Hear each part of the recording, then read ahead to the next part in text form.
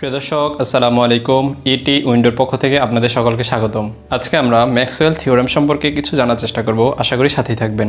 প্রিয় দর্শক, প্রথমে আমাদের জেনে নেওয়া উচিত থিওরেম কী ধরনের সার্কিট অ্যাপ্লাই করা হয়। অ্যাকচুয়ালি যে সকল সার্কিট আমরা নর্মালি সিরিজ এবং প্যারালাল সার্কিট যেভাবে সমাধান করে থাকি, সেভাবে যে সকল সার্কিটকে সমাধান করা যায় না, সেই সকল সার্কিটকে সমাধান করার জন্য, অর্থাৎ জটিল সার্কিটকে সমাধান করার জন্য বিভিন্ন রকমের থিওরেম অ্যাপ্লাই করা হয় এবং সেই সকল থিওরেমের মধ্যে একটি থিওরেম হচ্ছে ম্যাক্সওয়েল থিওরেম। প্রিয় দর্শক, আজকে আমরা এই ম্যাক্সওয়েল থিওরেম সম্পর্কে কিছু জানার চেষ্টা করব, আশা করি সাথেই থাকবেন। ম্যাক্সওয়েল থিওরেমটি হচ্ছে যে কোনো মেশ বা লুপে ভোল্টেজ সমূহের বীজগাণিতিক যোগফল শূন্য, এটা হচ্ছে ম্যাক্সওয়েল থিওরেম। ম্যাক্সওয়েল থিওরেমটি তাহলে আমি আবার বলছি, সেটা হচ্ছে যে কোনো লুপে বা বদ্ধ বর্তনীতে এর ভোল্টেজ সমূহের বীজগাণিতিক যোগফল শূন্য, অনেকটা কেভিএল এর মতো, অর্থাৎ কার্শফ ভোল্টেজ ল এর মতো। যেখানে আমরা জেনেছিলাম যে কার্শফ ভোল্টেজ লটা হচ্ছে যে কোনো বদ্ধ বর্তনী বা লুপে ভোল্টেজ সোর্স এবং ভোল্টেজ ড্রপ সমূহের বীজগাণিতিক যোগফল শূন্য। ম্যাক্সওয়েল থিওরেম এবং কেভিএল অর্থাৎ কার্শফ ভোল্টেজ ল এর মধ্যে কোনো পার্থক্য নেই। ম্যাক্সওয়েল থিওরেমের মাধ্যমে কোনো জটিল সার্কিট সমাধান করার জন্য কতকগুলো নিয়মাবলী অনুসরণ করা প্রয়োজন এবং সেই সকল নিয়মাবলীর মধ্যে প্রথম যে নিয়মটি রয়েছে সেটা হচ্ছে যে প্রথমে কেভিএল প্রয়োগের মাধ্যমে মেশ বা লুপে সমীকরণ বের করতে হবে। অর্থাৎ এই যে সার্কিটটি রয়েছে, এই সার্কিটে যতগুলো লুপ বা মেশ রয়েছে, প্রত্যেকটি মেশ বা লুপের মধ্যে কেভিএল অ্যাপ্লাই করে সমীকরণ বের করতে হবে। তো প্রিয় দর্শক, এখানে প্রথমে বলেন লুপ বলতে বদ্ধ বর্তনীকে বোঝানো হয়। তো এখানে একটি লুপ, একটি লুপ বা বদ্ধ বর্তনী রয়েছে। এখন এদের মধ্যে আমি প্রত্যেকটিতে কেভিএল অ্যাপ্লাই করব। তো কেভিএল অ্যাপ্লাই করতে হলে আমি যে লুপ নেব সে ক্লকওয়াইজ বা অ্যান্টি ক্লকওয়াইজ যে কোনো একটা নিতে পারি, কিন্তু ম্যাক্সওয়েলের ক্ষেত্রে আমরা ক্লকওয়াইজ লুপ নেব। অর্থাৎ তাহলে এরকম হবে, ক্লকওয়াইজ হলে। তো এই লুপের নাম আমি I1 লুপ দিলাম। অনুরূপভাবে এখানেও একটি বদ্ধ বর্তনী, যেহেতু এখানেও একটি লুপ দিতে হবে, এটাও ক্লকওয়াইজ দিলাম, এটার নাম দিলাম I2 লুপ। অনুরূপভাবে এই লুপের মধ্যেও ক্লকওয়াইজ লুপ নেব আমি এবং এটার নাম দেব I3। এখন আমি কেভিএল এর মতো করে এখান থেকে আমি সমীকরণ বের করে নেব। তো এক্ষেত্রে যদি আমি ক্লকওয়াইজ লুপ ঘুরাই, তাহলে এই সোর্স থেকে শুরু করলে এবং আমি যদি দ্বিতীয় সাইন নিয়ে করি, তো এক্ষেত্রে প্রথম সাইন হচ্ছে নেগেটিভ এবং দ্বিতীয় সাইন হচ্ছে পজিটিভ, এই জন্য প্লাস 10 ভোল্ট হবে। তারপরে এখানে আসার পরে এর মধ্যে দিয়ে কারেন্ট ঢুকতেছে। তো নর্মালি তো আমরা জানি যে কোনো লোডের মধ্যে দিয়ে কারেন্ট পজিটিভ হয়ে ঢুকে নেগেটিভ হয়ে বের হয়, তার মানে দ্বিতীয় সাইন নেগেটিভ, অর্থাৎ মাইনাস ভোল্টেজ ড্রপ যেহেতু বের করবো, অর্থাৎ ভি ইকুয়াল টু IR। তো আর এর মান জানা আছে 10, আর আই হচ্ছে এই যে I1, অর্থাৎ এর মধ্যে I1 কারেন্ট প্রবাহিত হচ্ছে I1।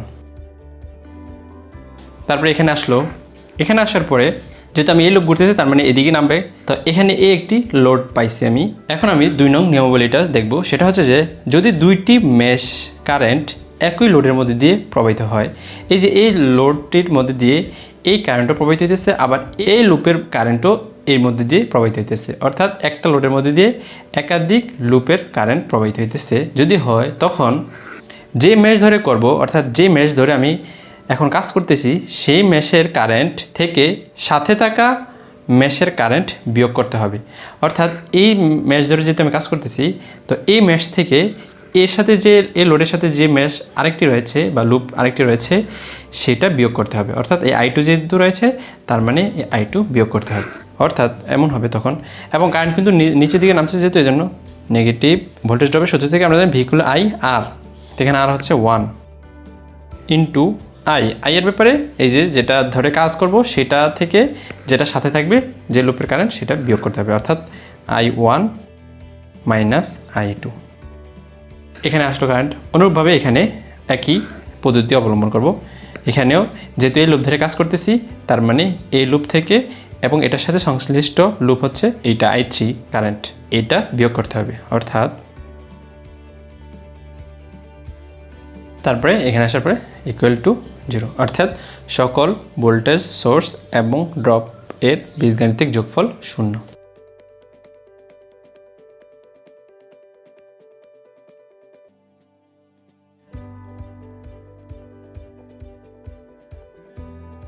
এটাকে 1 নং সমীকরণ দিয়ে রাখলাম। অনুরূপভাবে এখন লুপ 2 নিয়ে কাজ করব, অর্থাৎ এক্ষেত্রে এখান থেকে শুরু করলাম, যেহেতু ক্লকওয়াইজ, তার মানে এখানে আসবে, আসার পরে কারেন্ট এদিক দিয়ে ঢুকতেছে। তো এটার সাথে সংশ্লিষ্ট অন্য কোনো লুপ নেই, অর্থাৎ এই লুপের সাথে শুধুমাত্র সংশ্লিষ্ট, তার মানে এই I2 কারেন্টের মধ্যে প্রবাহিত হইতেছে এবং কারেন্ট যেহেতু এদিকে ঢুকতেছে তার মানে এটা পজিটিভে ঢুকতেছে, নেগেটিভে বের হইতেছে, তার মানে এটা মাইনাস হবে। এখানে আসলো কারেন্ট, এখানে আসার পরে কারেন্ট এদিকে আসবে। তো এদিকে আসার পরে এই I2 কারেন্ট তো এই লোডের মধ্যে প্রবাহিত হবেই, সাথে আবার আরেকটি লুপ সংশ্লিষ্ট। তো এই নিয়ম থেকে আমরা জেনেছিলাম যে মেশ ধরে করব সেই মেশের কারেন্ট থেকে সাথে থাকা মেশের কারেন্ট বিয়োগ করতে হবে। তো এই মেশ ধরে যেহেতু করতেছি তার মানে I2 থেকে I3 বিয়োগ করতে হবে এই লোডের মধ্যে দিয়ে প্রবাহিত কারেন্ট হিসেবে বের করার জন্য, অর্থাৎ -10 I2 -I3। তারপরে এখানে আসবে, এখানে আসার পরে এখন এই লোডের মধ্যে দিয়ে এই লুপ ধরে যেহেতু করতেছি তার মানে এইটা থেকে এর সাথে সংশ্লিষ্ট লুপ হচ্ছে এইটা, তার মানে এটা বিয়োগ করতে হবে। এখন আর এটার মতো না যে এটা থেকে এটা বিয়োগ করব, কারণ ওই সময় এটা ধরে করছিলাম এই জন্য এটা থেকে এটা বিয়োগ করছি, এখন এটা ধরে করতেছি যেহেতু তাই এই লুপের কারেন্ট থেকে এই লুপের কারেন্ট বিয়োগ করব, অর্থাৎ ভোল্টেজ ড্রপের বীজগাণিতিক যোগফল 0। এখন এটাকে আমি সিম্পলিফাই করে নেব।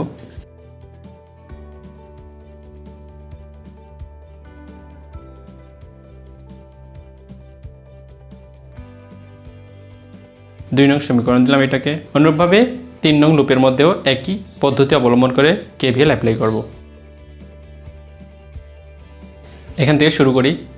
এখানে আসার পরে এই 10 ওহমের মধ্যে দিয়ে এখন এই লুপ ধরে যেহেতু করতেছি তাই এই লুপের যে কারেন্ট প্রবাহিত হতেছে সেই কারেন্ট থেকে এর সাথে সংশ্লিষ্ট লুপের কারেন্ট বিয়োগ করতে হবে, তার মানে I3 থেকে I2 বিয়োগ করতে হবে এবং তার সাথে 10 ওহম গুণ করলে এর মধ্যে দিয়ে ভোল্টেজ ড্রপ বের করতে পারবো। অর্থাৎ তারপরে এখানে আসবে, এখানে আসার পরে এই লুপের কারেন্টটি শুধু এই লোডের মধ্যে দিয়ে প্রবাহিত হইতেছে, তার মানে এটার কারেন্ট শুধু এটি হবে। অর্থাৎ এরপর এখানে আসার পরে এই লুপ ধরে যেহেতু করতেছি এই লোডের সাথে দুইটা লুপের সংশ্লিষ্টতা, তাই এই লুপের কারেন্ট থেকে এই লুপের কারেন্ট বিয়োগ করতে হবে। অর্থাৎ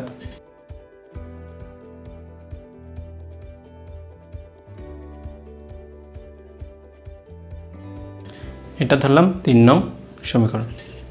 প্রিয় দর্শক, এখন আমি ক্যালকুলেটরের মাধ্যমে 1 নং, 2 নং এবং 3 নং সমীকরণ থেকে I1, I2 এবং I3 এর মান বের করে নেব। প্রথমে ক্যালকুলেটরকে অন করে নেব, তারপরে ক্যালকুলেটরে মুড অপশনে যাব। যাওয়ার পরে এই 5 নম্বরে এই ক্যালকুলেটর ইকুয়েশন 5 নম্বরে দেওয়া আছে, এজন্য 5 চাপবো। চাপার পরে আমার ইকুয়েশন অনুযায়ী যেরকম এখানে ইকুয়েশন আছে সেটা আমি দেখে নেব। অর্থাৎ এখানে 3টা সারি এবং একটা ইকুয়ালের পরে মান রয়েছে সেরকম, অর্থাৎ এই 2 নম্বরটা দেখা যায় একই রকম, তার মানে 2 চাপবো। এখন আমি এগুলোর মানগুলো বসাবো, পজিটিভ থাকলে পজিটিভ, নেগেটিভ থাকলে নেগেটিভ চিহ্ন সহ। তো এখানে প্রথম I1 এর মান বসাবো। I1 এর মান হচ্ছে -13, তারপরে ইকুয়াল চাপবো। এরপর এবার দ্বিতীয়টার কাছে গেছে, এখন দ্বিতীয়টার মান হচ্ছে I2 এর মান হচ্ছে 1 +1, তার মানে শুধু 1 বসালে হবে। এরপর ইকুয়াল চাপবো। অনুরূপভাবে তৃতীয়টার মান হচ্ছে 2 চাপবো, তারপরে ইকুয়াল চাপবো। তারপরে ইকুয়ালের পরে যেটা আছে যে সংখ্যাটা সেটা চাপবো, অর্থাৎ -10। অনুরূপভাবে আবার ইকুয়াল চাপবো। এবার 2 নং সমীকরণের মানগুলো বসাবো। অনুরূপভাবে 3 নং সমীকরণের মানগুলো বসাই দিব।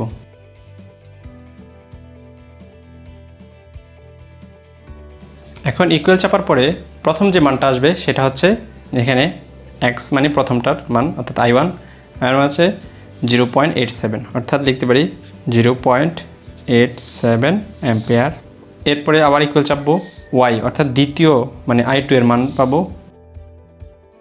0.417 অ্যাম্পিয়ার। অনুরূপভাবে আবার ইকুয়াল চাপলে I3 এর মান পেয়ে যাব এবং সেটা হচ্ছে 0.45 অ্যাম্পিয়ার। এভাবে আমি ইকুয়েশনের মাধ্যমে I1, I2 এবং I3 মান বের করে নেব।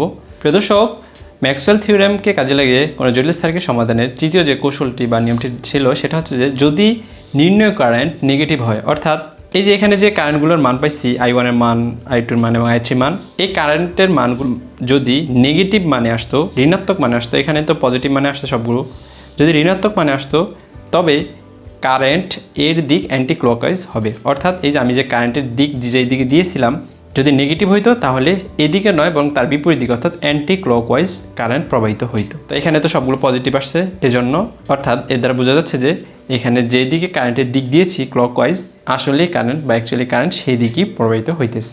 এখন আমরা মোটামুটি বুঝতে পেরেছি যে আসলে ম্যাক্সওয়েল থিওরেম অনেকটা কার্শফ ভোল্টেজ ল এর মতোই। তো এভাবেই কোনো জটিল সার্কিটে কার্শফ ভোল্টেজ ল এর মতো ম্যাক্সওয়েল থিওরেম বা ম্যাক্সওয়েল থিওরেমকে অ্যাপ্লাই করে আমি খুব সহজেই এর মধ্যে দিয়ে প্রবাহিত কারেন্ট অর্থাৎ যে কোনো ব্রাঞ্চের মধ্যে দিয়ে প্রবাহিত কারেন্ট আমি খুব সহজে বের করে নিতে পারবো। প্রিয় দর্শক, আশা করি সমাধানটি বুঝতে পেরেছেন। যদি বুঝে থাকেন তাহলে অবশ্যই আমার চ্যানেলটি সাবস্ক্রাইব করবেন, আর যদি বুঝতে কোথাও অসুবিধা হয় তাহলে অবশ্যই কমেন্ট বক্সে জানাবেন। ধন্যবাদ।